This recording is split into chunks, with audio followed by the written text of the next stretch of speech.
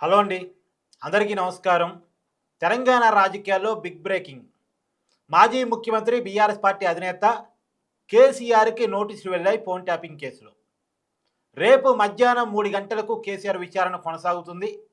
కాకపోతే ప్లేస్ ఎక్కడ అనేది కేసీఆరే డిసైడ్ చేసుకునే అవకాశాన్ని సిట్ అధికారులు ఇచ్చారు.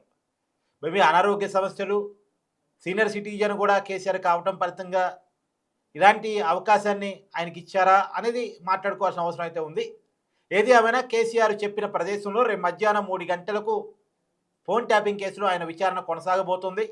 ఇప్పటికే కేటీఆర్, హరీష్ రావు, సంతోష్‌రావు వీళ్ళ విచారణ ముగిసిన తర్వాత ఇప్పుడు ఏకంగా కేసీఆర్‌కి నోటీసులు వెళ్ళటం మాత్రం కొద్దిగా కీలకమైన పరిణామంగా చెప్పాలి. కాకపోతే ఇప్పటివరకు నిందితుల లిస్టులో వీళ్ళెవరూ కూడా లేరు. సో ఏం జరగబోతుంది? కేసీఆర్ విచారణ ఎలా జరిగేటువంటి అవకాశం ఉంది? ప్రధానంగా ఎలాంటి ప్రశ్నలు కేసీఆర్‌కి వేసేటువంటి అవకాశం ఉంది? ఆయనకి ప్లేస్ డిసైడ్ చేసుకునే అవకాశం ఇవ్వడానికి ఉన్న కారణాలేంటి? మాట్లాడుకునే ప్రయత్నం చేద్దాం. మనతో ఉన్నారు ప్రముఖ అడ్వకేటు, ఈ కేసును మొదటి నుంచి చూస్తున్న వ్యక్తి, ఈ కేసు కూడా పెట్టిన వ్యక్తి అరుణ్ గారు. సార్ నమస్కారం. నమస్తే అండి. సార్, తెలంగాణ రాజకీయాల్లో కీలక పరిణామం. మాజీ ముఖ్యమంత్రి బీఆర్ఎస్ అధినేత కేసీఆర్‌కి నోటీసులు వచ్చాయి. నోటీసులు వస్తాయన్న విషయాన్ని మనం 2 రోజుల క్రితం వీడియో కూడా చేశాం. వచ్చే అవకాశం ఉంటుంది ఖచ్చితంగా అని చెప్పేసి. అనుకున్నట్టుగానే కేసీఆర్ గారికి నోటీసులు వచ్చాయి. రేపు మధ్యాహ్నం 3 గంటలకు విచారణ. కాకపోతే విచారణ ఎక్కడ అనేది కేసీఆర్ గారి ఇష్టం అనేది ఆ అంశంలో పొందుపరిచారు. అంటే కేసీఆర్ గారికి ఆప్షన్ ఇవ్వడానికి ఉన్న కారణాలేంటి? కేసీఆర్ గారి విచారణ ఎలా ఉండబోతుంది అంటే ఏం చెప్తారు? కేవలం వయసు రీత్యా ఆయనకు ఒక అవకాశం ఇచ్చారు అంతే తప్ప all are equal before law. చట్టం ముందు అందరూ సమానులే. రాష్ట్ర ముఖ్యమంత్రి వచ్చారు కదండి ఇన్వెస్టిగేషన్కి. వెంకటగిరి గారి ముందు Jubilee Hills police station, Jubilee Hills ACP ఆఫీస్లో సాక్షాత్తు రాష్ట్ర ముఖ్యమంత్రి రేవంత్ రెడ్డి గారు వచ్చి తను ఆ రోజు ఎదుర్కొన్న ఇబ్బందులన్నింటినీ కూడా స్పష్టంగా చెప్పి వెళ్ళిండ్రు. మరి మాజీ ముఖ్యమంత్రికి ఏ విధమైన ఇమ్యూనిటీ ఉంటుంది? ఏముండదు. ఆయన కేవలం వయసు రీత్యా మీరు చెప్తారా, మేము చెప్పాలనా, లేదంటే సిట్ ఆఫీస్కి రండి, లేదు వెళ్ళిన అడ్వాన్స్ ఇన్ఫామ్ చేయండి అని కూడా చెప్పారు క్లియర్గా. అంటే ముందే చెప్పాలి. రేపు ఏదో 2 గంటలకు 3 గంటలకు ఇన్వెస్టిగేషన్కి రమ్మంటే రేపు 2 గంటలకు ఫోన్ చేసి మీరు రండి పోయి అని చెప్పడానికి లేదు. హైదరాబాద్ పరిధిలో అని స్పష్టంగా చెప్పడం జరిగింది నోటీస్లో. అది కేవలం వెసులుబాటు మాత్రమే అంతే తప్ప ఆయనకు ఇచ్చిన ప్రివిలేజ్ అని కూడా నేను అనుకోను. దేశంలో 29 రాష్ట్రాలల్లో తెలంగాణ ఒకటి. అయితే తెలంగాణ ఒక ప్రాంతీయ పార్టీ 18 కోట్ల రూపాయల ఎలక్ట్రల్ బాండ్స్ని సేకరించడం జరిగింది. దేశంలో ఎక్కడ కూడా లేదు. బీజేపీ కూడా, నాకు తెలిసి బీజేపీ కూడా అంత అమౌంట్ సేకరించిందో లేదో అనేది డౌట్ఫుల్. జాతీయ పార్టీ అధికారంలో ఉంది కేంద్రంలో. వీళ్ళు మరి అదే రెండో స్థానంలో ఉన్నట్టుంది. కాంగ్రెస్ పార్టీకి కూడా లేవు, ఇంత అమౌంట్ రాలేదు. వేరే ఏ పార్టీకి కూడా రాలేదు. మరి అంటే అన్ని రాష్ట్రాల్లో అధికారంలో ఉంటే డజన్కి పైగా రాష్ట్రాల్లో బీజేపీ అధికారంలో ఉంది. ఎక్కడ కూడా కోట్ల రూపాయలు, వేల కోట్ల రూపాయల ఎలక్ట్రల్ బాండ్స్ ఏ పార్టీ కూడా తీసుకురాలేదు, సాధించలేకపోయింది. మరి ఈ పార్టీ మాత్రమే అది చిన్న రాష్ట్రమైన తెలంగాణలో ఇంత అమౌంట్ కలెక్ట్ కావడానికి కారణం టెలిఫోన్ ట్యాపింగే. ఫామ్ హౌస్లో కూర్చొని అందరి ఆడియోలు విన్నంత మాత్రాన తప్పించుకుంటారు అనేది, విధి నుంచి తప్పించుకోవడం అనేది కష్టం. కర్మ రిటర్న్స్ అనేది ఇప్పుడు ఈ నోటీస్ ద్వారా అర్థమైపోతుంది. చేసిన తప్పులు ఎవరైనా సరే అనుభవించాల్సిందే. తండ్రి, తమ్ముడైనా సరే, అదే ఎవరైనా సరే చట్టం ముందు అందరూ సమానులే అని నిరూపించడానికి ఈరోజు ఒక నోటీస్ ఒక ఉదాహరణ. మరి ఏమైనా హౌస్ మోషన్ ఏమైనా మూవ్ చేస్తారో తెలంగాణ బారాసా పార్టీ న్యాయవాదులు, ఇంకేమైనా న్యాయవాదిని పంపించమని చెప్పి అసెస్ చేయడానికి చూడాలి. హౌస్ మోషన్ ఏమైనా మూవ్ అయిందో కూడా కనుక్కోవాల్సిన ఉంటుంది. వెసులుబాటు అనేది కేవలం వయసు రీత్యా మాత్రమే ఇచ్చింది తప్ప ఆయన మాజీ ముఖ్యమంత్రి అన్నట్టు, లేకపోతే గౌరవమైన వ్యక్తి అయితే కేసులో ఇరుక్కోరు కదా. ఆయన చెప్పింది కూడా, కేసీఆర్ గతంలో చెప్పింది కూడా అక్షరాల సత్యం. అది ఎవరైనా, ఏ ముఖ్యమంత్రి అయినా gets information from his sources. ఖచ్చితంగా చీఫ్ సెక్రటరీ నుంచి, హోమ్ సెక్రటరీ నుంచి, కేంద్ర హోమ్ సెక్రటరీ నుంచి ఇన్ఫర్మేషన్లు తీసుకోవాలా. మరి ఎక్కడ తీసుకున్నారు? తీసుకోకుండా చేసినారు అనేది అయితే క్లియర్గా ఉంది కదా. దాన్ని డెస్ట్రాయ్ చేయొచ్చు అని కూడా యాక్ట్ చెప్తుంది అన్నాడు. పవర్ఫుల్ యాక్ట్ అన్నాడు. వాస్తవం టెలిగ్రాఫిక్ యాక్ట్ అనేది పవర్ఫుల్, 100% దేశ భద్రతకు ఉపయోగించాలి. డిస్ట్రాయ్ చేసినప్పుడు, డిస్ట్రాయ్ చేసి అధికారం ఇచ్చినప్పుడు దాని రికార్డ్స్ మినిట్స్ మెయింటైన్ చేయాలి. రెండో 16వ సంవత్సరంలో, 17వ సంవత్సరంలో, 18వ సంవత్సరంలో ఇన్ని నెంబర్లు ట్యాప్ చేసినాం, ఈ ఇన్ఫర్మేషన్ వచ్చింది, దీన్ని ఈ పలానా రోజు పలానా ఫోన్ నెంబర్ అనేసి వచ్చింది, దాన్ని డిస్ట్రాయ్ చేస్తున్నామని మినిట్లో రికార్డ్ చేయాలి. సార్ రికార్డ్ మొన్న ఒక చేయనందుకే కదా వార్త ఇప్పుడు వచ్చింది తప్పు. సార్, మొన్న ఒక వార్త వచ్చింది సంతోష్ రావు విచారణ సమయంలో. మేము నిఘా పెట్టమని చెప్పాం తప్ప ఫోన్ ట్యాపింగ్ చేయమని అధికారులకు చెప్పలేదు అని చెప్పినట్టుగా ఒక వార్త వచ్చింది. అంటే నిఘా పెట్టడం ఏంది, ట్యాపింగ్ చేయడం ఏంటి, ఈ రెండింటికి మధ్య ఉన్నటువంటి తేడా ఎక్కడ? ట్యాపింగ్ చేయడం అంటే రికార్డ్ చేసుకోవడమే దాన్ని. నిఘా పెట్టడం అంటే వాళ్ళకు ప్రభుత్వ అవసరాలకు కేంద్ర ప్రభుత్వ అవసరాలు. దేశ భద్రత రాష్ట్రంలో కొద్దిగానే కొంచెమే ఉంటది. ఇప్పుడు గుజరాత్‌లో ఏటీఎస్ అవసరం ఉంది అని అంటే ఏటీఎస్‌కి ఇన్ఫర్మేషన్ ఇస్తారు తప్ప పోయి తెలంగాణ పోలీస్ పోయి అక్కడ ఉన్నోళ్ళని పట్టుకోరు గదా! ఇక్కడ ఎవడో ఒకడు అఫెండర్ దొరుకుతాడు. ఎక్కడో ఓల్డ్ సిటీలో దొరుకుతాడు.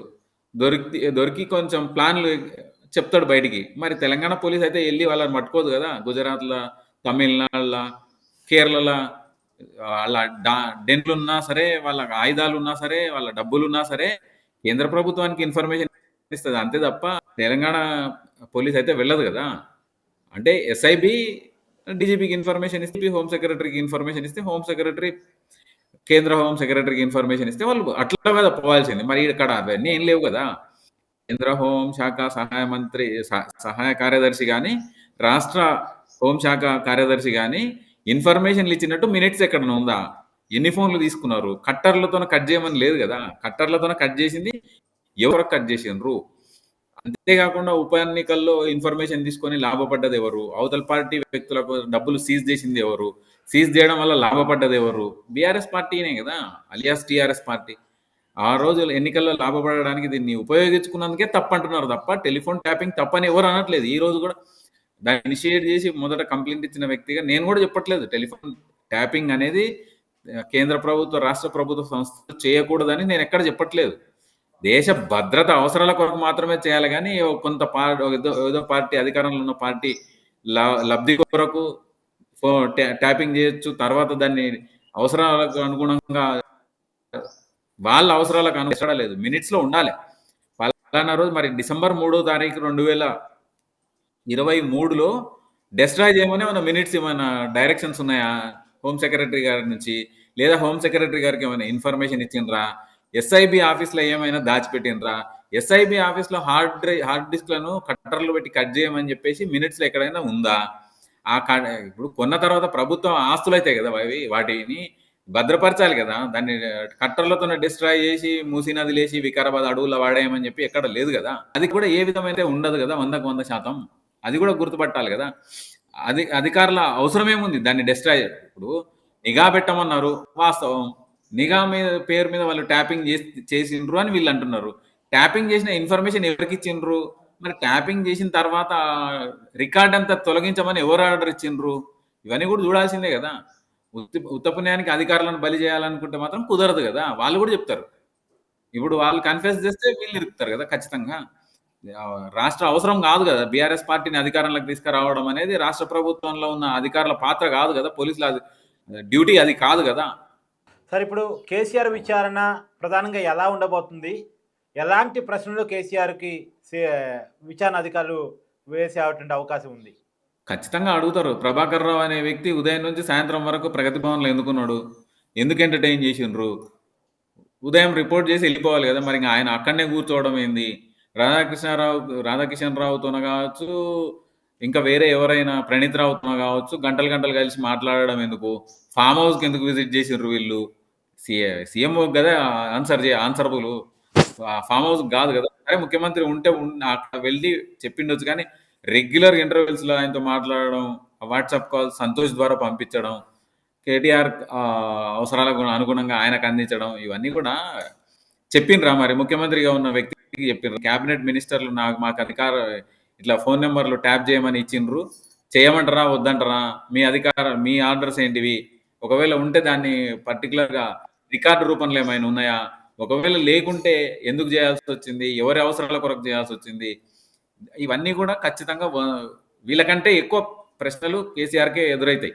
నాకు తెలిసినంత వరకు రాధాకిషన్ రావు కంటే, ప్రభాకర్ రావు కంటే, కేటీఆర్ కంటే, హరీష్ రావు కంటే, సంతోష్ రావు కంటే ఎక్కువ సంఖ్యలో ప్రశ్నలు కేసీఆర్‌ను చుట్టుముడతాయి. మొత్తం బాధ్యత కూడా ఆయనదే. సుప్రీమో ఎవరు? ఆయన్నే కదా! పెద్దాయన చెప్తే చేసినామని ప్రభాకర్ రావు కూడా చెప్పిండు. రాధాకిషన్ రావు తన స్టేట్మెంట్‌లో పెద్దాయనని ఇరికిచ్చింది, కేసీఆర్‌ని ఇరికిచ్చింది ప్రభాకర్ రావే. తర్వాత హరీష్ రావు గారు కేటీఆర్‌ని ఇరికిచ్చిండు. కేటీఆర్ సంతోష్ రావుని ఇరికిచ్చిండు. సంతోష్ రావు కేసీఆర్‌ని ఇరికిచ్చిండని మనమైతే అనుకోవచ్చు. దాంట్లో ఇన్వెస్టిగేషన్‌లో పార్ట్‌లో బయటికొస్తది. కన్ఫెషన్ స్టేట్మెంట్‌లో ఇదే చెప్తారు. వాళ్ళు నేను చేయలేదు, నేను అమాయకుడిని, నేను శుద్ధపూసను అని చెప్తే అదైతే రికార్డ్ చేయరు కదా పోలీసులు. వాళ్ళు చెప్పిందే స్టేట్మెంట్ రికార్డ్ చేస్తారు. వాళ్ళకేం అవసరం? ఇప్పుడు బీఆర్ఎస్ పార్టీ అధికారంలో ఉన్నప్పుడు పోలీసులు ఎంత అంకిత భావంతో పనిచేసారో ఇప్పుడు కూడా అంతే అంకిత భావంతో పనిచేస్తారు. ప్రభుత్వం కొరకైతే పని చేయలేదని మీరే అంటున్నారు కదా! ఆయన డ్యూటీలో భాగంగా ప్రభాకర్ రావు చేసినప్పుడు మరి సజ్జనార్ కూడా ఆయన డ్యూటీలో భాగంగానే మిమ్మల్ని ఎంక్వైరీ చేస్తాడు. మిగతా ఆఫీసర్లు కూడా మిమ్మల్ని క్వశ్చన్లు అడుగుతారు. అంతే తప్ప వాళ్ళ మీద ఆరోపణలు చేయడానికి మీకేం నైతిక హక్కు లేదు.